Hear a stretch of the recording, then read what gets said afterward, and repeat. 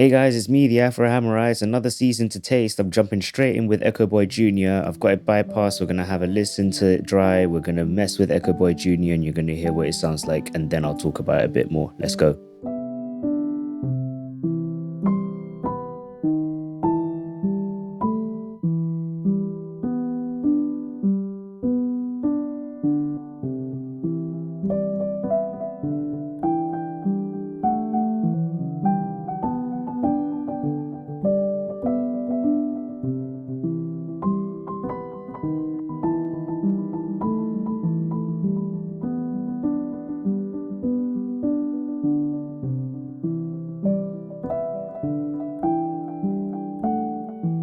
I know that there's most probably going to be some better echoes out there and people are going to leave them in the comments, but I can't think of an echo that is better than Echoboy Jr. So on the left here, we have your main controls. So mix, echo time, and feedback. I'm sure that you would know what these do when it comes to echoes.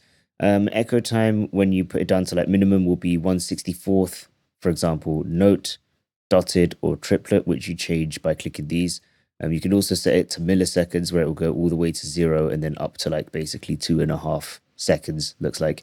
This middle bit here is your tones, so you can choose between different types of tape. I quite like either studio tape, Plex, or the memory.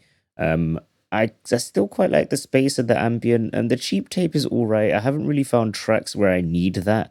And transmitter is kind of okay. Yeah, again, these are all good. It's not that any of them are bad. It's just personally I don't like transmitter and I don't really have many uses for cheap tape. But that might change in my music production. I don't know. You also have in here a low cut and a high cut just for the echo.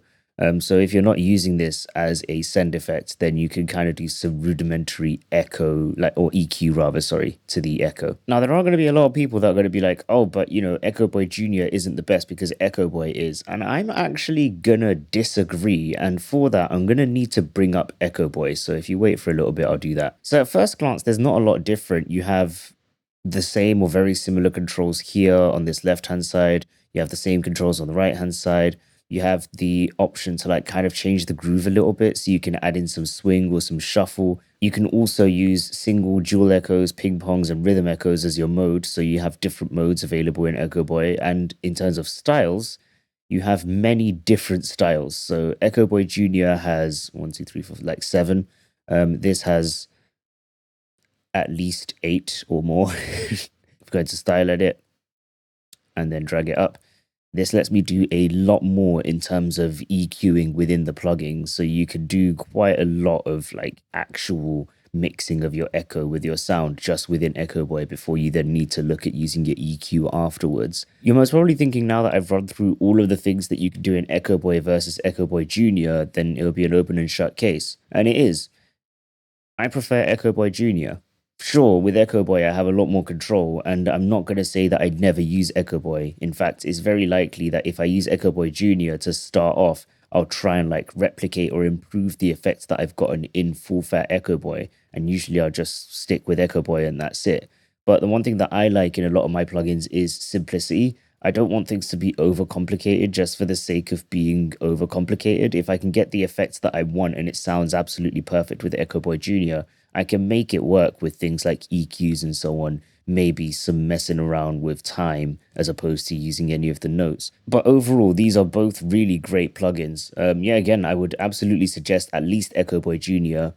If you wanted to get both of them, get Echoboy.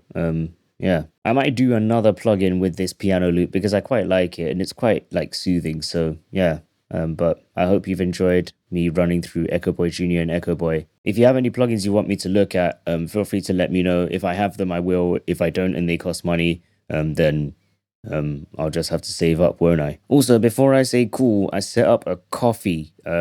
Do I expect people to actually go there and give me money? Not really, no. I just set it up just in case people actually wanted to. If you do, my link's in the description. Feel free. You can leave like, I don't know, a dollar or whatever it is once. But I won't hold it against you if you don't. I'm still a small channel and I'm just grateful for the fact that you've decided to watch me. So thank you very much. Cool.